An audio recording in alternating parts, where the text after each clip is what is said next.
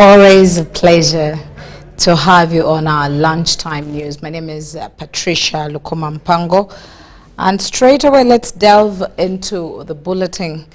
Now, renowned Uganda journalist, that is Ugandan journalist, politician and business executive Francito Eot has passed away. NRM Vice Chairperson Eastern Uganda Captain Mike Mukula announced the loss on social media, expressing deep sadness on behalf of the Teso community and the nation at large. Ekomoloid, a veteran, a journalist and former member of parliament for Amoria County, died on Friday morning. His journalism career began at the Monitor, where he served as a senior reporter before founding his publication, The Crusader. He later ventured into politics, serving a single term as MP for Amoria.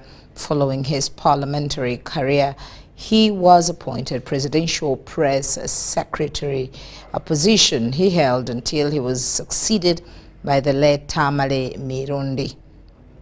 Ekomoloid also authored the book Tears and Triumph, in which he chronicled his life and experiences at State House.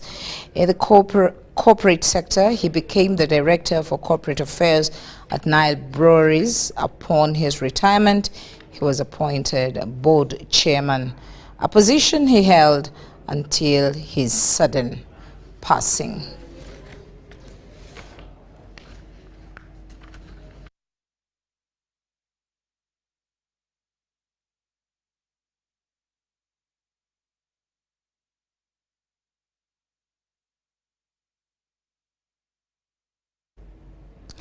May his soul rest in eternal peace. Now over to Bunyoro. State Minister for Bunyoro Affairs, Jennifer Kacha Namiyango, has handed over 1,000 iron sheets to more than 20 government-aided primary and secondary schools in the districts of Kakumiro, Kibale and Kagadi. This initiative is part of the presidential pledge to support schools with deteriorating structures, especially those recently affected by the devastating hailstorm.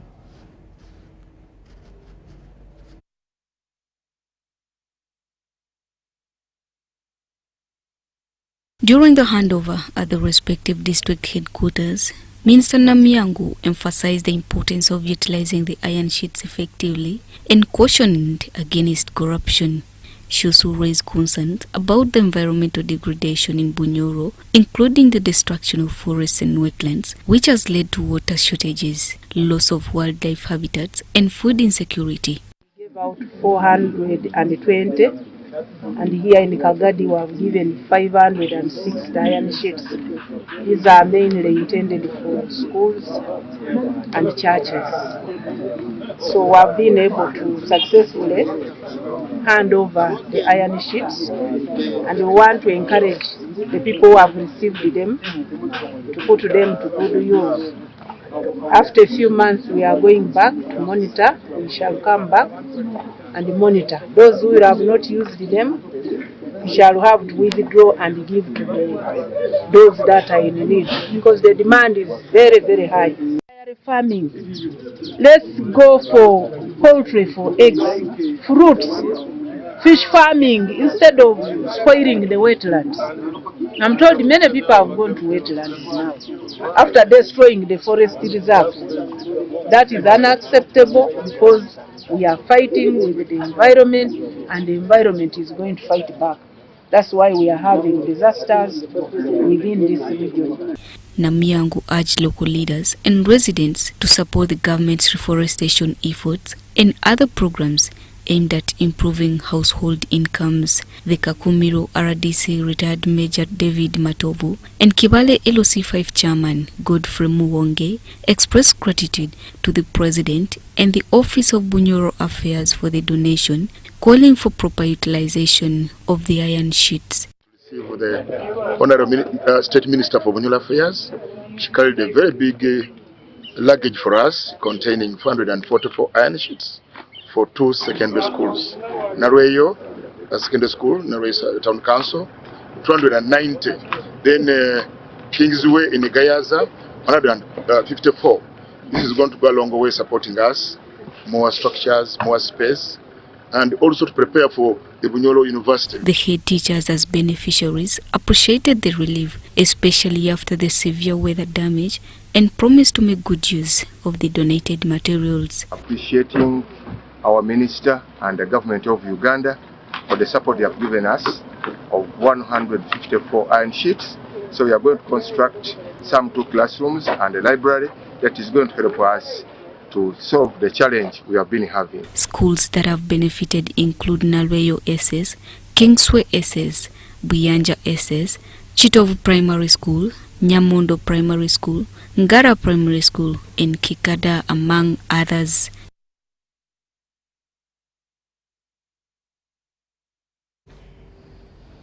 Now, former leader of opposition Matthias Mpuga has revealed plans of formally writing to the Speaker of Parliament to seek leave and sponsor a number of bills that will culminate into a conversation on constitution amendments and electoral reforms. While addressing the immediate Parliament, Mpuga said he has been consulted by different actors about these reforms. Much as Minister for Justice and Constitution Affairs Honorable Norbert Mao had promised to table reforms, Mpuga says since there is no constitutional review commission, Mao's reforms are his own.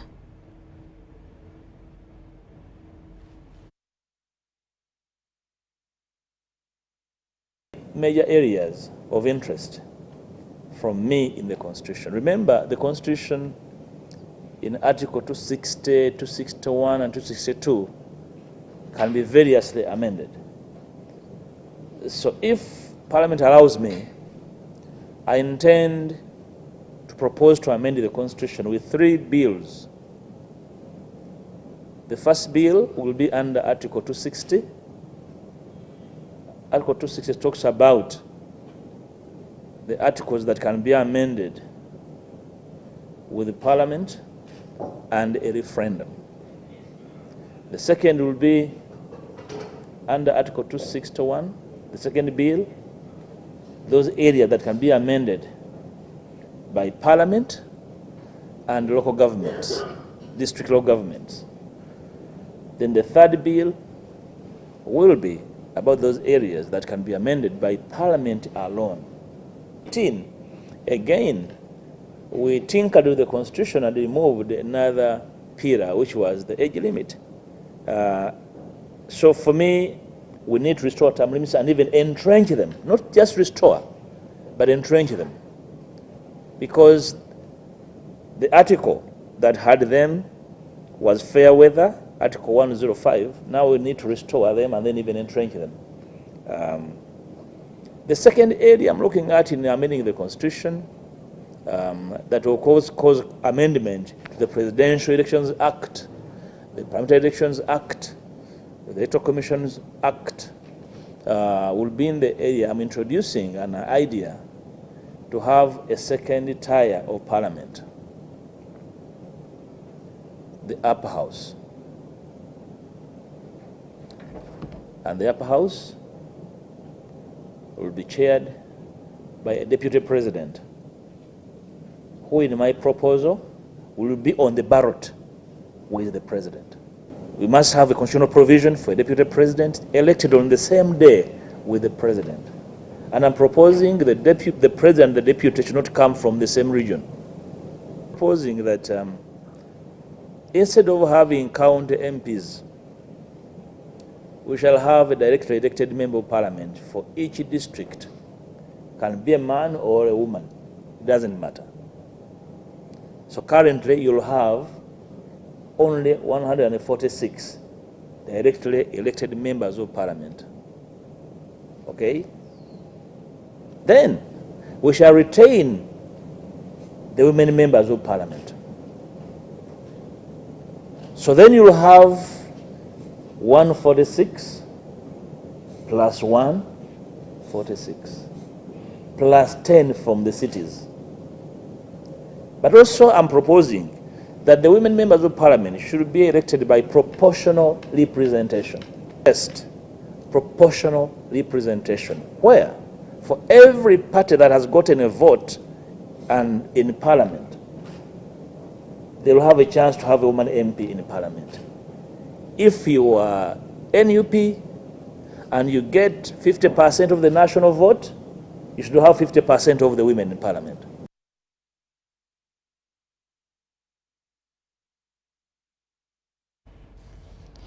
Now, a little bit away from politics, imagine living in a society where you have to rely either on signs or vibration to communicate. Such is what happens to the people with hearing impairment, which sometimes denies them access to services and opportunities. However, a group of them have overcome such obstacles thanks to the support by some individuals and organizations, as we hear more in this report.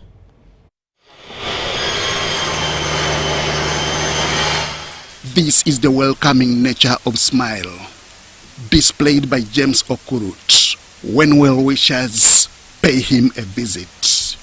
One has to move close to notice his difference, being deaf and cognitively impaired, though active. I studied at Ngora School for the deaf from primary 1 until I completed primary 7.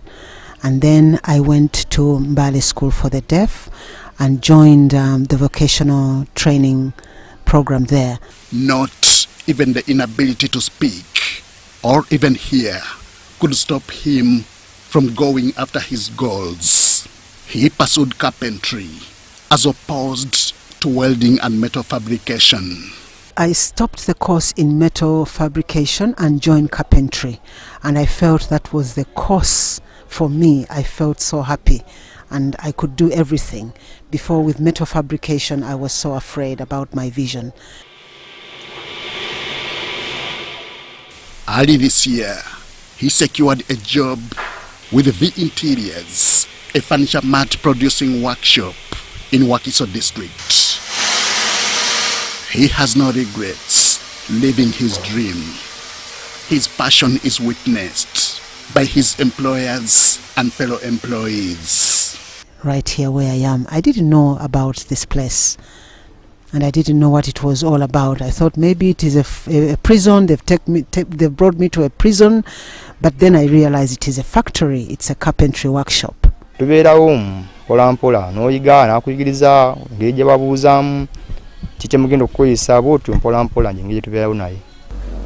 not just employ him. We had to first put him on probation, a probation of 3 months. After those 3 months, he passed the probation, and then we had to draft a contract with him to work. Okurut is not the first person with such impairment to be employed here. About 2 years ago, there was one with similar challenges. He has since relocated out of Uganda to pursue his other career as a footballer.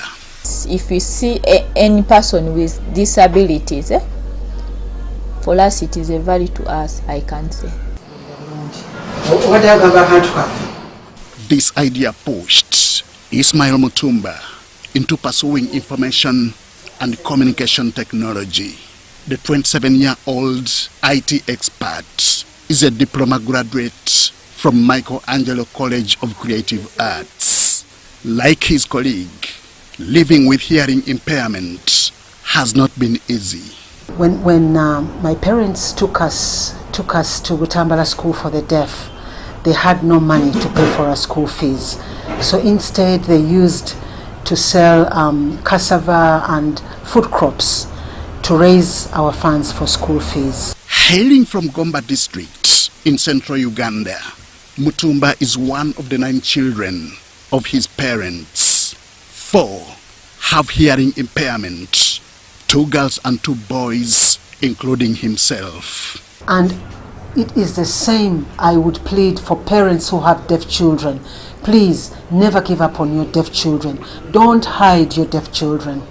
Bring the deaf children, because there are so many schools that children can go to that are deaf. As we delve deeper into the setbacks faced by the people of this type, the situation seems worse for the female gender. The death of Joan Nyamtoro's mother caused endless domestic violence at home after her father remarried. The 27-year-old, along with her siblings, was denied education and some home services.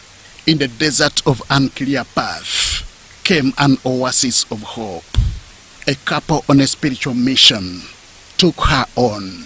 As they had come to Nebi for ministry work, for church ministry, that's where she picked me and brought me to Kampala and took me to school from P1. She was spending everything on me. When I was sick, buying me clothes, everything. Life at first was smooth until she met someone she thought loved her. The lies she was told pushed her into becoming a single mother. But after some time, he started sending me WhatsApp messages and he said he liked me. So we started a relationship. And then he told me, I'm planning to marry you. She wishes one day to secure her own job to fend for her child. I plan to get a job. My auntie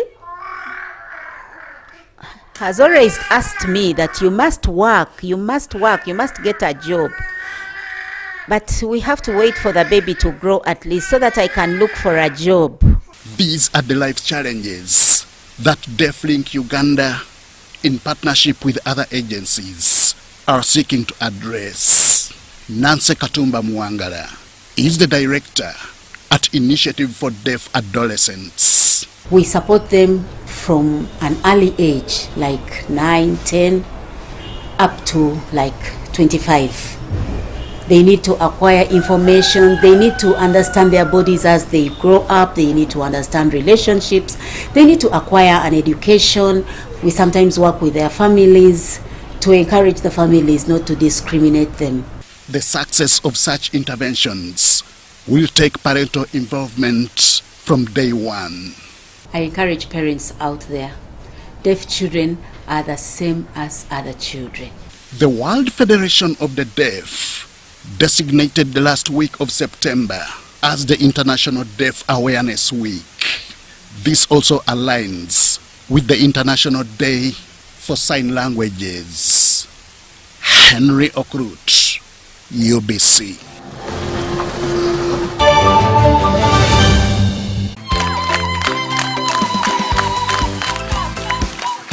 We are at Shiloh Standard Nursery and Primary School to reward our lucky winner again for our pay school fees with Momo. We are paying school fees for a student who is lucky because the parent used our codes to pay their school fees. You can as well be our winner for the next school fees prize by dialing *165 *80# and you opt into the competition. Umiatia goensha ngoye simple wageni kanti bisho kwana tena aneni wa poberane da kwani ba mi gum afu akwa yejo dusu metikere mba man me ma fen MTM kiken ba mi gum hi man. Together we're unstoppable. Billions is easy, no.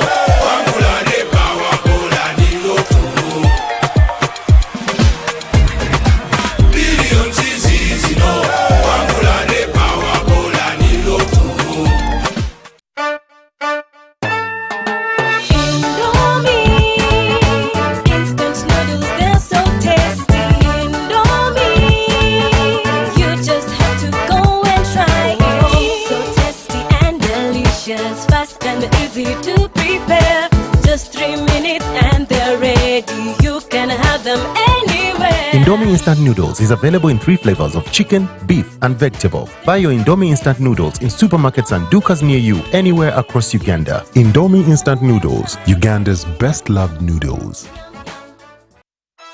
In the heart of Uganda, a financial revolution is happening.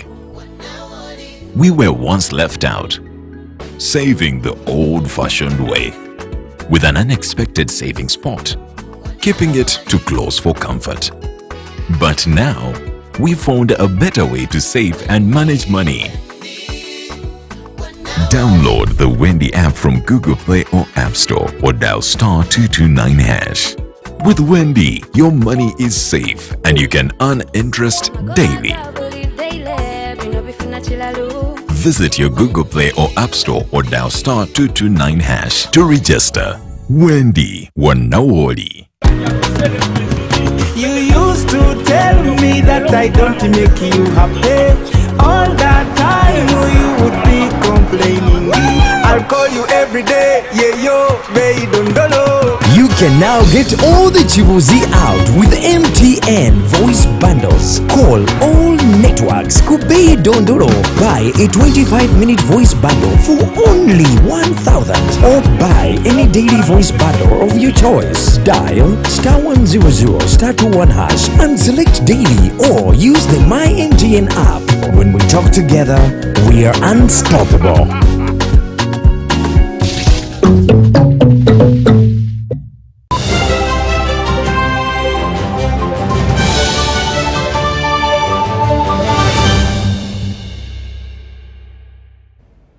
Welcome back onto our lunchtime news, into military business.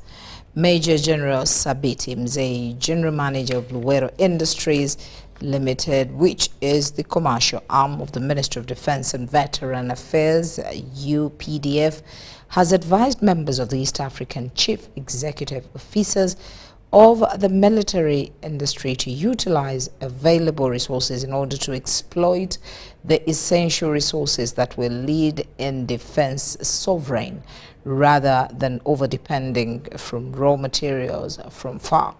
Major General Sabiti says that they are focusing on the upcoming modalities on how to utilize the vast number of natural resources that could exploit to make raw materials that are essential for military industries in East Africa. You know that you cannot entirely rely on outside sources for this supply chain of your industries. COVID was a good example here. Industries could not rely on far away raw materials for their factories because of other considerations. You have seen the effects of the war in Ukraine, for example, on some of these other aspects, not only of defense. So we think that it is essential and it's the right step to ensure that we utilize what we have and we cut on over-dependence on raw materials from far. So we want to have organic capacity here, capacity to produce and to convert what we have in the soil and into something that is utilizable by the factories. It's achievable. This is exactly what we are aiming at. We wanted to do a foundation. We wanted to do a legal foundation where we will be able to do provide an equal opportunity in investment to all the partner states. And I personally, look inward that our EAC partner states should be on the front run of beneficiaries and investors in this development of a very precise, important resources in our, whether we are looking for a joint investment or a bilateral agreement between the resources or international investors. The very important bottom line is to have a legal framework that will be governing those investments. This is part of the bigger picture of moving forward for sustainable development, moving forward for the good governance, and creating an environment of which we can have a fair deals in our community.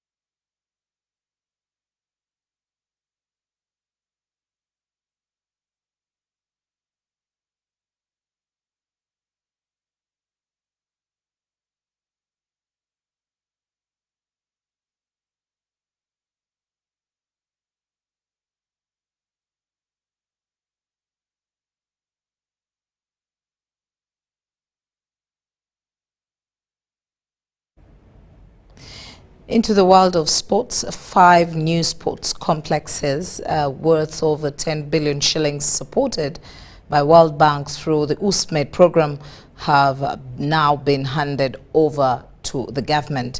In West Nile, the refugee host districts of Terego, Yumbe, Madi, Okolo, Kiriadongo and Kamwenje in Midwest are home to sporting facilities. State Minister for Sports Peter Ogwang, accompanied by officials from the National Council of Sports, received these new assets from the USMED officials.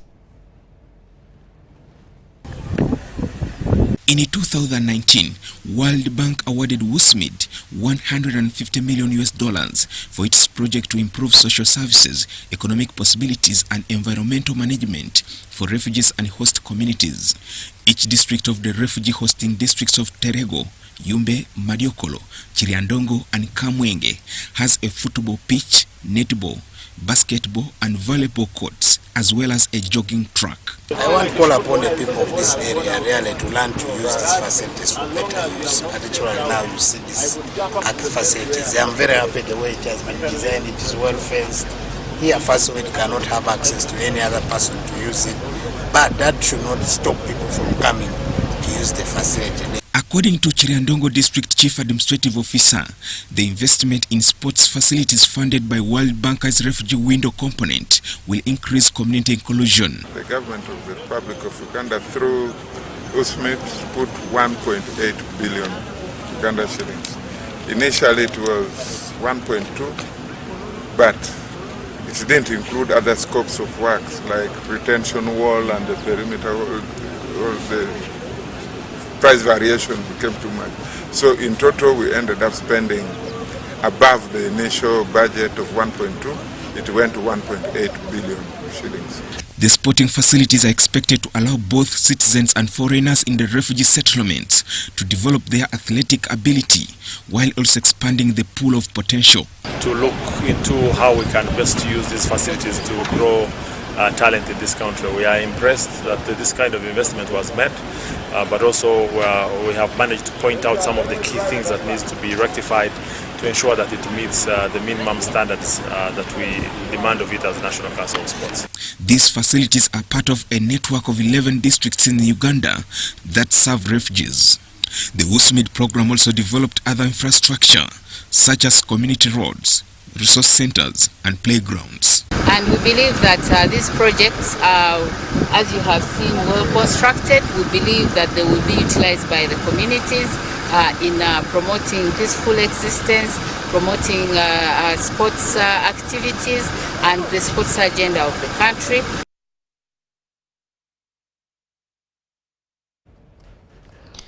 And that's all we had time for. Thank you so much for choosing us and allowing us into your space. My name is Patricia Lukoma Mpango. A very good afternoon to you. 19 World Bank.